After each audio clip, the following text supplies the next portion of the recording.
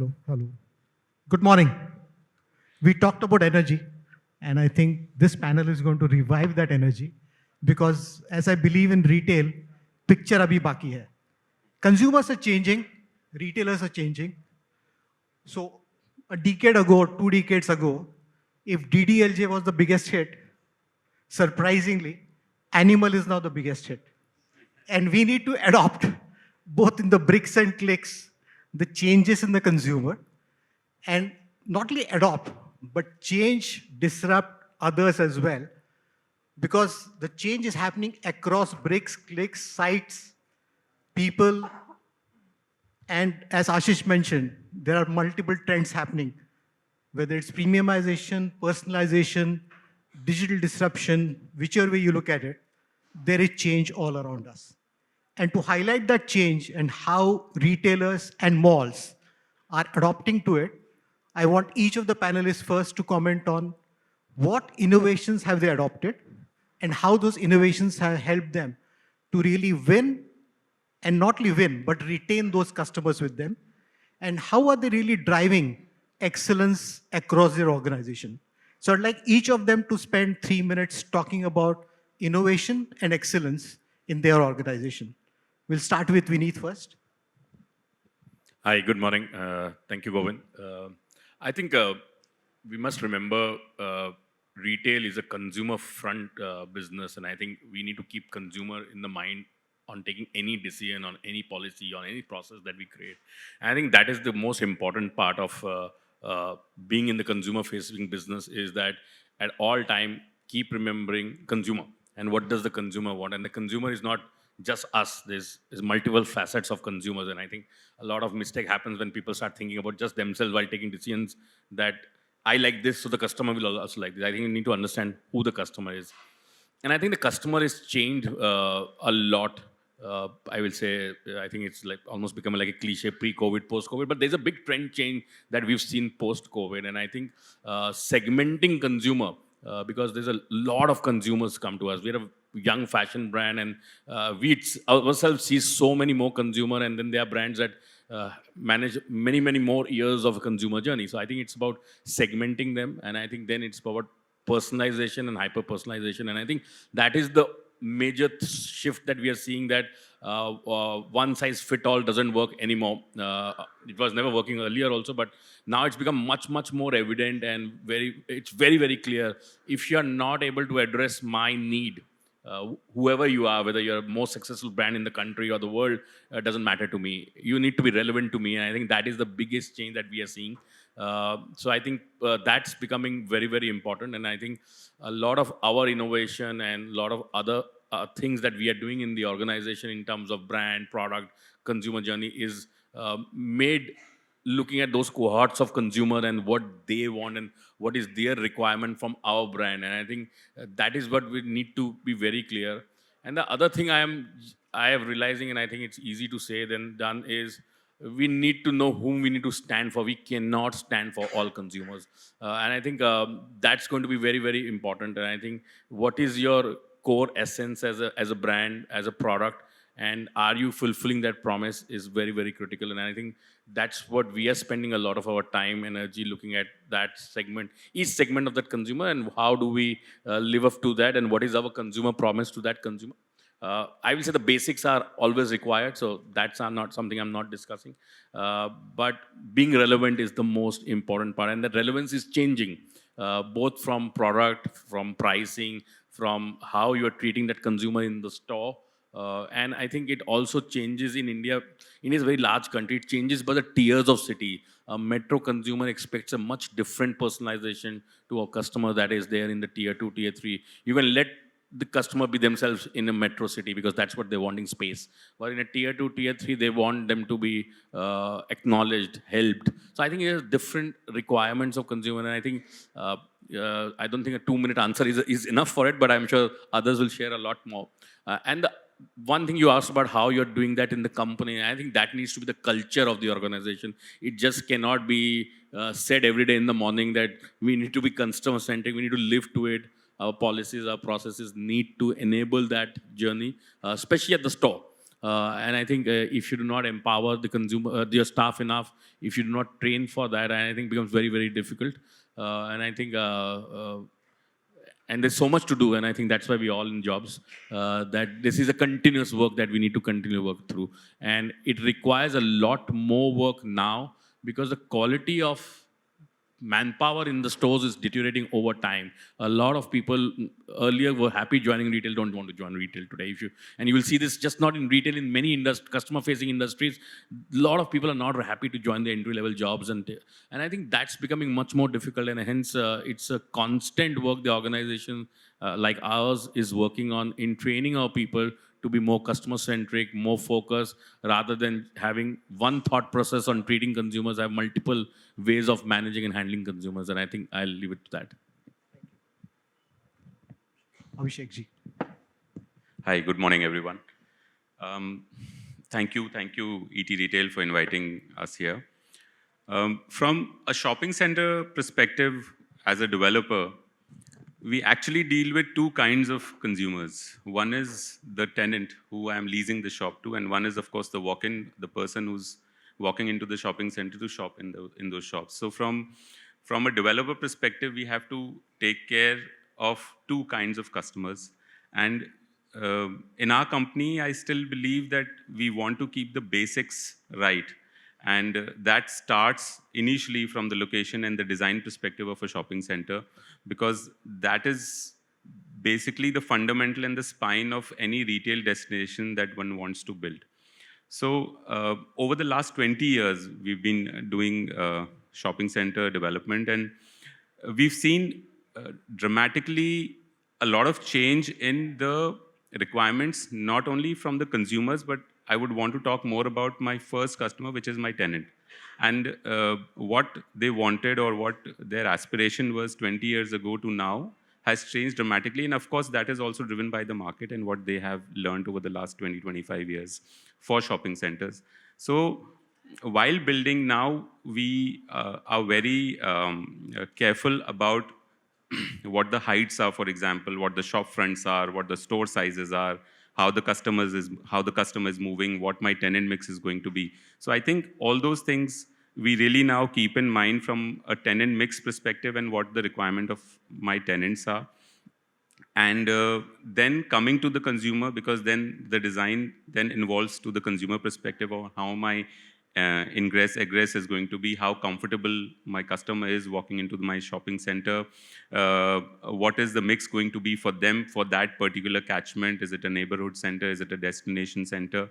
So all of those things we need to answer now before we start actually breaking ground at the design stage, at the stage where we are trying to kind of figure out what is the kind of shopping center we want to build. So I think those two basic things still are the most important things that we keep in mind while building our shopping centers. The other thing on excellence I would like to add here is that we did not pay so much heed to sustainability.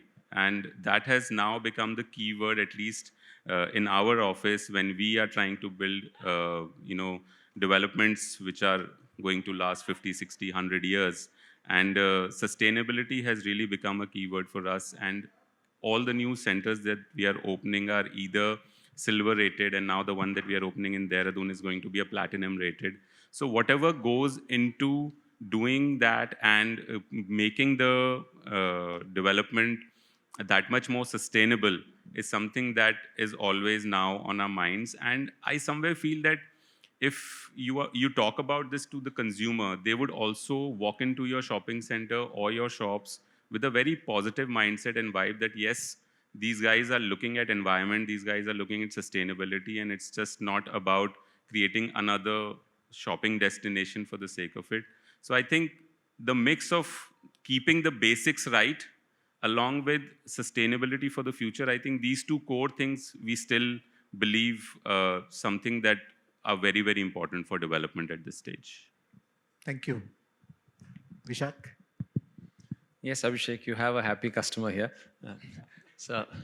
Very good morning. The challenge when Govind talks about consumer and all of us When you're talking about sales, you're talking about production, you've got numbers to it. You've got easy grips to measure how well you've done. The challenge when you've got a soft subject like customer service is how do you measure it? So one of our challenges, especially when you've got a 3,000 store network, how do you then measure how good are you doing on dealing with customers? So we took the Net Promoter Score as the base for doing that. Basically, how many who are happy with you, minus how many who are unhappy with you, and those who are passive, you ignore them. So happy minus unhappy is your percentage score. We built all of this into what we called a mission happiness with consumers. Today, we've taken it to a stage where we get about uh, 30 million feedbacks from consumers every year. And this feedback is at a store level. It can be taken to different consumer cohorts. It can be on various metrics that matter to consumers. For instance, fashion happiness index, quality happiness index, variety happiness index, service happiness index, and so on. So all of this allows us to figure out exactly what I need to do at an individual store level to see how I can get better with consumers. And I'm happy to report that in each of our brands, we've seen how steadily we've been able to make progress based on these numbers. Then we came to, and Govind, you would relate to this, in the fashion business particularly, a lot of product happiness is actually experienced post-wash. The fresh packed garment looks great, but what happens to it after wash and after multiple washes? And many of you, if you bought a Van Heusen or a Nalli Solly or a Louis Philippe, Peter England garment, you would have seen this. You would get an SMS from us a month later with a link to a very simple 5-point questions. All that is creating for us a post-purchase Net Promoter Score, a post-purchase mission happiness, which tells us how happy are you with the garment that you bought a month after you bought it. Very simple, but what does this do? This gives me about 5 million data points of how happy are consumers with different products. With that, I can go to each of my factories and have a rating score for my factory on how well did I do on quality. With each of my mills, I can feed to them how well have their fabrics done at product level, how did my jeans score, shoes score, and so on. It gives us a huge amount of ability to be able to analyze. So the simple point I'm trying to make is, it is possible to quantify even something as soft as customer service. It has allowed us to do that. And of course, as you do that, then you look at what next, and many more plans ahead from our brands to be able to raise that further. This is a fantastic one. Vishak, before we move to Jatin, can you just tell us which socks brand are you wearing? Yeah, Simon Carter. Thank you. You like Over it, to I Jatin. guess. Thanks, sir. Good morning, everyone. Before I talk about innovation and customer centricity at our business, I would like to give you a little brief where we come from. Omaxe is a 36-year-old real estate legacy. We are predominantly a residential real estate business. To think about numbers, I'll tell you, we have already delivered 130 million square feet of development. Out of this, only 10 million is actually commercial. And why am I sitting here then? Why am I part of the great India Retail Summit? Is because we are now launching 10 million square feet more as of now, which we expect to get delivered in, let's say, another 4 years. And that is something we are seeing at an industry level. I read a fact wherein I saw 91 million square feet of organized space is already there in India. And by 2028, there'll be 45 million more. So we actually are sitting in a great space because everybody's been wanting that there are a lot more organized spaces to come in. Coming back to the question, as a developer, it's very limited because you have to work with two customers, as Abhishek mentioned earlier. One is your tenants, and one obviously are the customers who are coming in and shopping in. So we definitely would like to stick to the basics from location, from design architecture, from as simple as the services that you provide inside your properties and developments, from the kind of marketing that you do over there. You have to keep the customer at the center. the business cannot work without it. Over the last 36 years, what we have seen growing is the size of the stores, the size of the developments. Earlier, a neighborhood mall would be working fantastically. Another mall would come maybe 5 kilometers away from it, which is a bigger development, has taken over the complete market. Now we see developments coming sizes of 10 million square feet in one space as well. You know, so similarly, we have been investing and putting our money in developments which are bigger in sizes and are able to give a more focused approach to a particular category that makes the customer wants to go for that particular reason. So I'll give you an example of something we are currently in design state. We're designing this product in Dwarka, which is spread across 55 acres in collaboration with DDA. That's a sports city. So in today's environment, you may go to a Nike store or Reebok store, and you want to try out your shoes. There's only a treadmill available, right? How do you feel while running onto that treadmill? Could you imagine a space where there's 5 acres of land, and it's all surrounded by sports happening live with the retail alongside it, wherein you can not just try the shoes, you can try out a lot more apparel. I think there are a lot more gizmos happening in sports nowadays, especially with respect to the garments and apparel. I'm sure so you're more aware of it. So we're focusing more from what we can add value to, which is design, architecture, planning, location. And we continue to do so. And I'm sure I'll give you more insights into it as we continue this panel discussion. Thank you. Thanks, Jatin. Shriti? Thanks, Govind. Pleasure to be here. And to everybody, nice to meet you all again. I represent the beauty business. So from the fashion, and I heard the analogy on sports and your mall centers.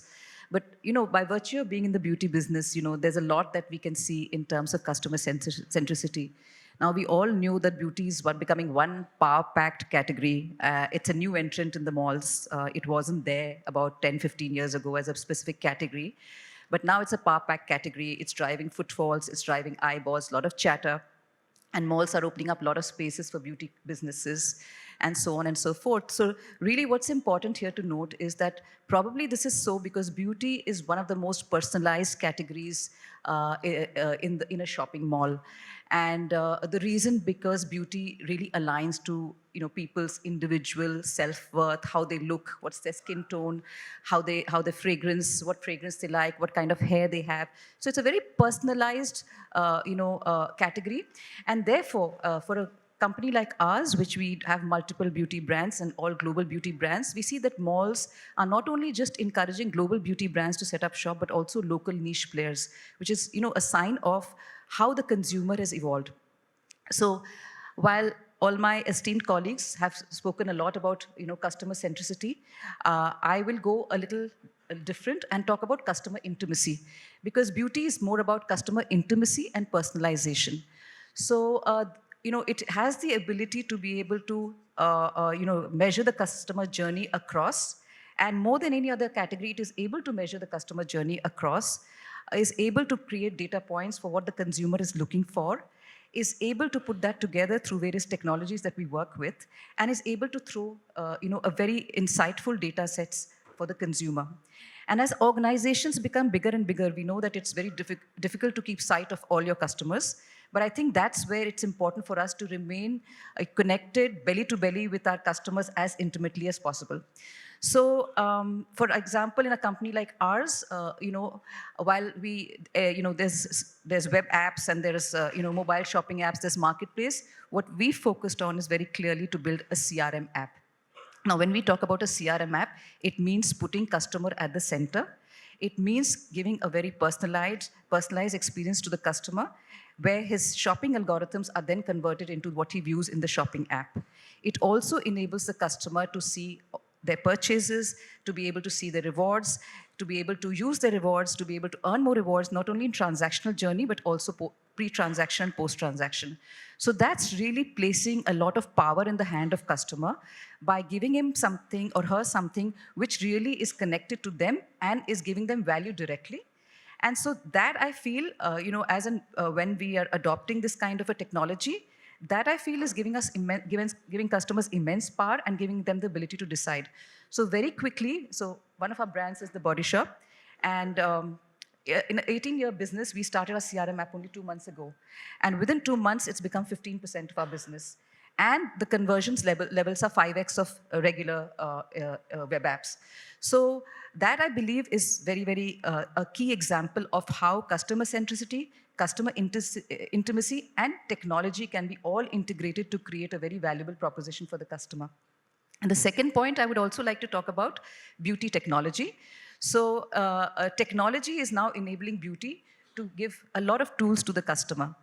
And in that case, I would say the innovation here comes in for a brand for us like Kiehl's, which is a skincare brand. It's a legacy skincare brand, dermatologist solution, but it goes beyond cosmetic elegance. What it really does is that with our healthy skincare solutions, with a Derma Reader Pro, customers can actually see the skin beyond the naked eye. They can see the effect of sun, they can see the effect of pigmentation, they can see the effect of moisture.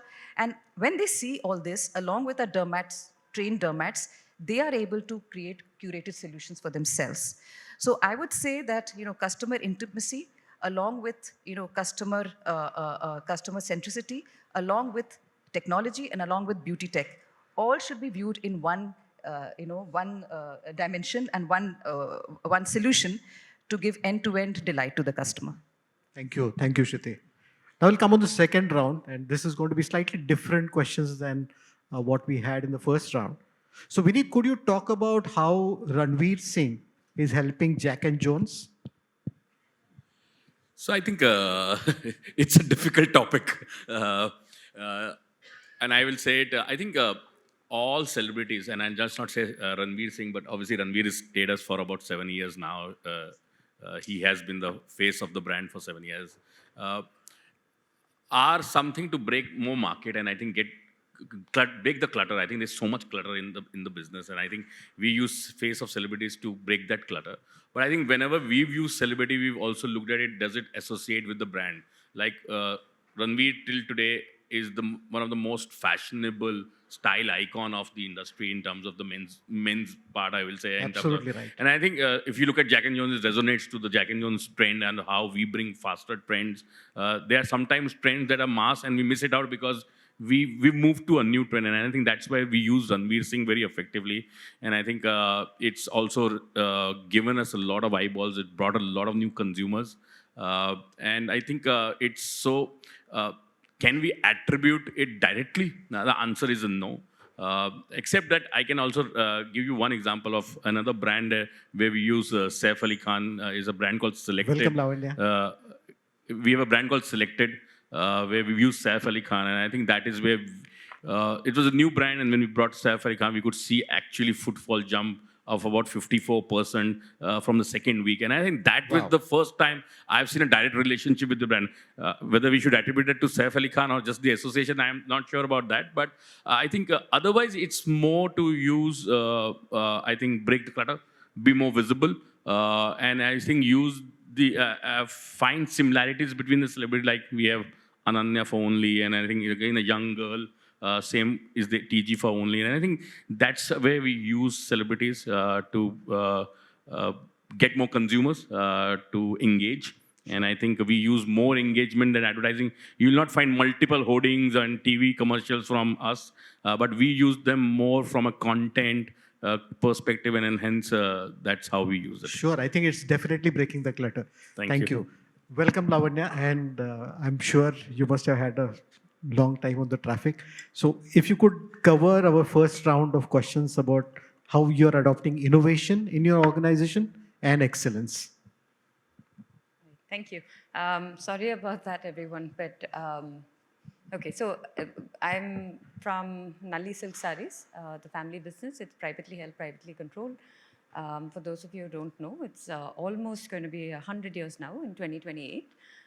We have around 40 stores, all company-owned and operated all over India, globally as well. And we started our e-commerce business sometime around 2016, 2017. So it's been there for a while now. Full disclosure, it's pretty bad. We do have a website, but it's undergoing a major revamp. So we should see something pretty exciting launch in about a year's time. And I think your question was in. What kind of innovations are you adopting in the organization? Okay, so that's a pretty broad question. Quite I broad, think, so I'll talk a little bit about it from a tech standpoint. For those of you, how many of you all here are from corporate? Show of hands? Okay. And those who run their own business or are in a family business? Okay, so predominantly, I think we do have a fairly professional and corporate group here with us. So most of you all would probably know from your own organizations. For us as a incumbent, right, and I presume that for many of you all who do come from companies that have very tried and tested ways of doing things, probably your biggest resistance is going to be internal, where I think there's always an incubation center, which is either a formal incubated unit, or it is a informal sort of group of people who do things their own way.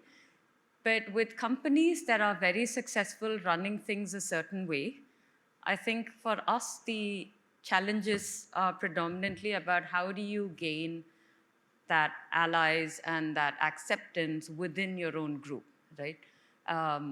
And typically the conventional ways of kind of making a persuasive argument won't work, especially if you come up against a much larger corporate structure where people are going to look at it and say, well, yes, but I can either put this budget or CapEx investment over here, and this is the internal rate of return, versus like you're telling me some newfangled, whatever, some sort of innovation, and how do I know that it's going to pan out? So that's the first point that I'd make. So I would say that I sort of wanted to contextualize that. In terms of what are the innovations that one can make, I think whether you're a small and medium business owner, you're a legacy business, you're a corporate player, right? You're a startup. Today, the thing that I would say is today where the world is in 2024 is very different from where we were even 5 years ago, right? The entire ecosystem has become completely modularized. It used to be the case, I think even back in 2016, AWS and getting server space was not as commonplace as it is today. So for someone to start up, you would have to get your own server space. You would have to, Shopify isn't what it is today. You'd have to get your own developers in-house. Social media isn't what it is today, right? The whole ecosystem of, influencers and that whole digital marketing, ecosystem really hadn't developed back then. So it's very easy, in a nutshell, to think about innovation in your own businesses wherever they are. And it's a little plug for Bangalore, but I'd say Bangalore does have a lot of startups. I would say, like if you can be an advocate within your own organizations, that's probably the right way to do it. But to the point on Nalli, I think we do have a lot of things in the pipeline. Currently, if you see, like for example, on the website, we have a lot of things that are very sort of AI heavy. But so I'll give you an example, right? Like it sounds like a very simple algorithm, but if you walked into a physical store, what's the experience that you would have? Especially for brands like us, which are retail establishments, but also very high width and low depth. A lot of our handloom products, which are a little on the higher side, tend to be like SKU levels of 1. So you don't have this issue in a physical store because you'll pretty much have a salesperson. A customer walks in, the salesperson will look at her, give her maybe 5 or 6 sarees. What does she do? She'll sort of select and say, I like this, I don't like this, I like this, I don't like this. What he is doing is pattern recognition, right? So once she has given him a signal, here's 1, here's 2, here's 3 that I like, he recognizes the pattern. She likes these kinds of colors, these sort of designs, these kind of motifs. So then he will go into the back and then he'll bring out a whole slew of other options. That system, which only a human could do, now you have technology does that, right? It doesn't have to be a website. It doesn't have to be on the smartphone. It doesn't have to be on a kiosk. It's up to us as brands to figure out what are the ways in which we want to integrate that. So I think whatever challenges it is that you all are facing, whether it's master SKU, whether it's like high depth, it's just-in-time inventory, there's a lot of technologies out there, which I think one can easily adopt. Thank you, Lavanya. Thank you. Coming back to round 2, Abhishek, the question is, with the whole retail world adopting omni-channel, how are you helping your customer, the retailers, to really adopt to omni-channel? So first thing first, we are not against omni-channel. Like, people have a lot of in this mind that brick and mortar guys are against omni-channel or online retail. But I say this in every conference that omni-channel or online retail has been the biggest boon for offline retail, because the knowledge that has been transferred through online websites, apps, advertisements about fashion, about products, we could have never done otherwise. So online retail or omni-channel retail has been the biggest boon for offline retail. Coming back to your question on how do we enable, so we make it easier for our tenants to service. We make it easier for the boys who are trying to deliver, come in and out of the shopping center, pick up products. And also, now so we tried this thing about creating a booth outside the center where the boys don't need to enter the mall, go to the shop, and then pick it up. They can be on their bike, pick it up quickly and go, because I think for them, every 5 minutes makes a big difference. Number of deliveries, agar unki ek din mein badh jati hain, so that makes a big difference for them. So things like that. And then, of course, now that there is click and pay and click and multiple of those nomenclatures going, where the consumer is just coming in and picking up stuff and may not buy anything else in the mall, we would still want to treat them as customers, because he or she may be doing this for once when they are coming into the mall and picking up stuff, but they are our regular customer. If not this time, they will definitely come and shop the next time. So we are not averse to it. In fact, we try and be enablers to that. And of course, going forward, we all know that this is only going to increase in terms of percentage. So I'll give you a small example. In our food courts, just about 5 years ago, we were thinking and proposing how we should incentivize our tenants that they start home delivery from food court. We couldn't imagine कि food court से क्यों कोई home delivery करेगा. And the home delivery was like 1%, 2%. In just 5 years, it is touching 20%. So that's a big uptake, not only for the tenant, but also for us, because end of the day, the revenue is being shared by all of us. So उसमें भी हमने enabling किया, जो लड़के स्विगी जोमेटो के आते हैं उनको मतलब to the level कि हम उनको मतलब पानी सर्व कर दो, चाय सर्व कर दो, थोड़ा और उनको better feel कराओ. So all those things just enabled that 20% was just on top. मतलब वो बाकी तो था ही था, तो 20% और बढ़ गया. So all these things just adds up to a lot of money by end of the year. Sure. I think that's the model, really, that the kind of food delivery at 20%. Let's hope even fashion hits a 15 to 20% over some period of time. Thank you. Okay, that's debatable. Yeah. No, I'm saying that's the way the model will go. So, Vishak, you talked about how you are really tracking the NPS of the customer. Could you also talk about one or two innovation in products that you have really launched in the last 1 year or so? I recently read about Reebok's foam product. So any other thing that you would like to talk about in terms of product innovation? Okay. Let me take Reebok as an example, since you mentioned it. While in many countries, the main use of a sneaker is for running, India is clearly a walking country, right? Walking is a legitimate exercise and people do it with time allotted to it, step counters and so on.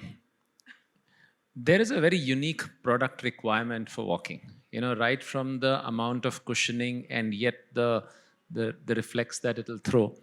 We work with a whole lot of podiatrists, foot specialists, okay, to be able to figure out the kind of lasts, the kind of shapes that you would need for that, the kind of cushioning systems that you would need for that, and so on.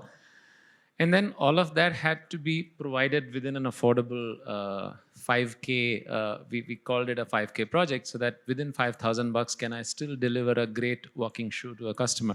Happy to say that we've launched this Space Foam by Reebok as one of those products, and it's been a can't say runaway success, maybe walkaway success because it's a walking shoe. So many such examples, Govind, that and a lot of this is actually coming from the same Net Promoter Score, where we're also co-creating with consumers, where we are asking consumers, what is it that you would like us to do for you, and that's giving many such solutions. Fantastic. So that's actually personalization taken to a more global level so that it is fitting many more people than an individual level. Thanks, Vishak. Jatin, you talked about the sports city. So at the same time, are you also looking at inviting online-only brands to be part of your retail infra?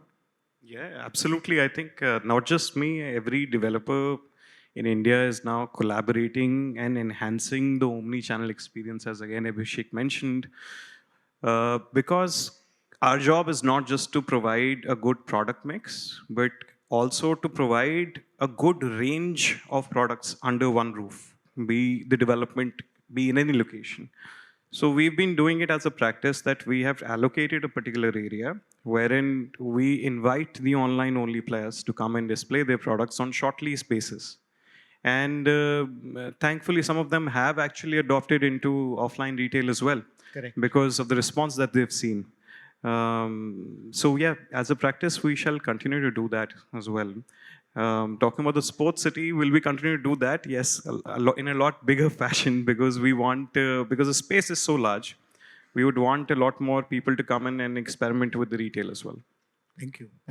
Shriti, with so much focus on beauty, not only from customers, but also many other corporates entering into it, whether it's Nike on one hand or Tata entering into it, as well as the Reliance format as well. So many new formats coming in.